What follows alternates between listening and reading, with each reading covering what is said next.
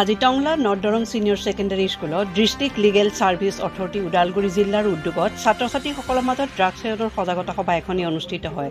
অনুষ্ঠানত ডিএলএছএ উদালগুৰিৰ সেক্ৰেটাৰী সবিতা ভৰদ্বাজে ছাত্ৰ-ছাত্ৰীসকলক ড্ৰাগছ সেৱনৰ পৰা বিৰত থাকিবলৈ সতৰ্ক কৰে। লগতে যুৱ সমাজত ড্ৰাগছ সেৱনৰ পৰা হ'ব পৰা বিভিন্ন অপৰাধমূলক কাৰ্যৰ বিষয়ে অৱগত কৰে। অনুষ্ঠানত নৰ্থ দৰং সিনিয়ৰ সেকেন্ডাৰী স্কুলৰ অধ্যক্ষ ৰূপৰেখা শৰ্মাৰ লগতে উদালগুৰি জিলা আদালতৰ ডেপুটি চিফ মহেন্দ্ৰ প্ৰসাদ ৰাভা, উদালগুৰি জিলা আদালতৰ সহকাৰী ৰামচাই বড়ো, ফেৰগাঁও মহকুমা আৰক্ষী বিষয়া দুৰ্গাকিংকৰ শৰ্মা, ডিএলএছৰ অপদা কবিতা শৰ্মা অনুষ্ঠানত উপস্থিত থাকে। অনুষ্ঠানৰ আধৰে টংলা শিল্পী সমাজৰ সম্পাদক বলেন চহৰীয়াই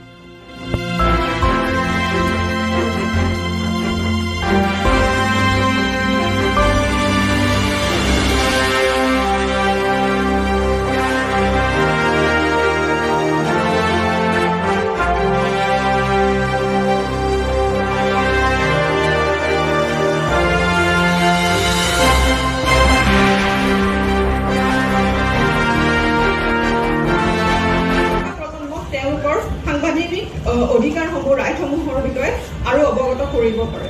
ঠিক আছে, এইটো হ'ল মেইন কাম ডিস্ট্ৰিক্ট লিগেল সাৰ্ভিস অথৰিটি। আৰু সেই উদ্দেশ্যে আজি আপোনালোকৰ মাজত আমি এখন সজাগতা সভা অনুষ্ঠিত কৰিব ওলাইছো।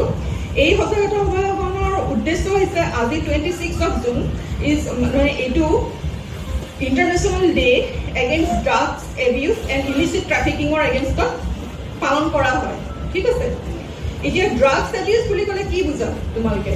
ড্ৰাগছ এবিউজ মানে কি? আজিকালি তোমালোকে জানা ড্ৰাগছ আজিকালি সমাজৰ সকলো স্তৰতে ড্ৰাগছ নামৰ নাৰ্কটিক ড্ৰাগছ এই বস্তুটো সকলোৰ মাজতে সোমাই গৈছে। বহুত ল'ৰা ছোৱালী এটা ৰিচেণ্টলি এটা ষ্টাডিজ হৈছে, বহুত ল'ৰা ছোৱালীয়ে আজিকালি কি কৰে, ইণ্ডিয়াৰ টোটেল পপুলেশ্যন জানা 100 crores ওপৰত গুচি গৈছে। তাৰ 7 crores মানুহে ড্ৰাগছ মানে লয়, নাৰ্কটিক ড্ৰাগছ। এইটো ইন ফৰ্ম অফ যিকোনো ড্ৰাগছ হ'ব পাৰে, হিৰইন, মৰ্ফিন, মাৰিজুৱানা আৰু বিভিন্ন ধৰণৰ ভাং, গাঞ্জা এইবিলাক তেওঁলোকে লয়। তাৰ ফলত কি হয়, মানুহৰ হেল্থটো নষ্ট হয়ে আৰু এইটোৱে কি কৰে, আমাৰ উঠি অহা সমাজখনক এটা খুব বেয়া ধৰণে প্ৰভাৱ পেলায়। আৰু লগতে যিটো ভাৰতীয় ইকনমি, ভাৰতৰ আৰ্থিক ব্যৱস্থা, কাৰণ এই যিবিলাকে দাস সৰবৰাহৰ লগত জড়িত ব্যক্তিসকলে এইটো কাম কিয় কৰে? ডেফিনেটলি পইচাৰ কাৰণে কৰে। তেওঁলোকে নিজে এনেকুৱা ধৰণৰ কাম কৰি পিনে মানে ইলিগেল মানিটো লয়। তো সেইটোৰ কাৰণে কৰে যিয়ে আমাৰ ইণ্ডিয়ান ইকনমিকটো প্ৰভাৱ পেলায়।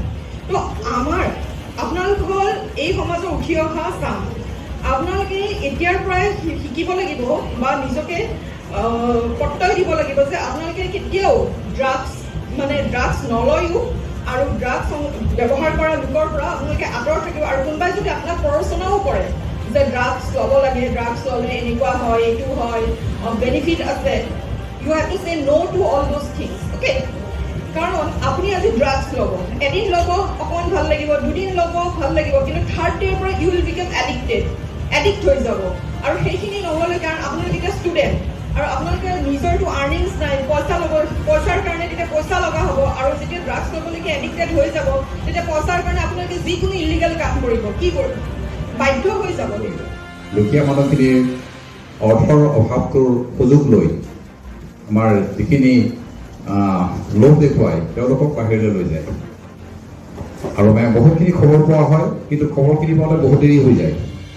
যিকোনো কাৰণত আমাৰ তাত ৰিপৰ্ট নহয়, থানাটোৰ ৰিপৰ্ট হয়, ডিএলএছৰ ৰিপৰ্ট নহয়, যাৰ ফলত তেওঁলোক সাংঘাতিকভাৱে নিৰ্যাতিত হৈ যায়। আৰু সকল এটা প্লেচমেণ্ট ছাৰ্ভিচ বুলি থাকে, সাধাৰণতে ডাঙৰ নগৰবিলাকৰ প্লেচমেণ্ট ছাৰ্ভিচ বুলি এটা তেওঁলোকে নিজাববীয়াকৈ এটা অনুষ্ঠান খুলি লয়। কাইলৈও এগৰাকী উদ্ধাৰকৃত এগৰাকী ছোৱালী কিশোৰী কাইলৈ দিল্লীৰ পৰা আমাৰ ইয়ালৈ আহি আছে। ইতিমধ্যে অনাৰ ব্যৱস্থা কৰিছিলোঁৱেই, কালি তেওঁলোকৰ ফোন পোৱা হ'ল যে তেওঁলোকে পঠাব আৰু আমাৰ ইয়াত চাইল্ড ৱেলফেয়াৰ কৰি হাজিৰ কৰাব। সেইটো ভালেই কথা।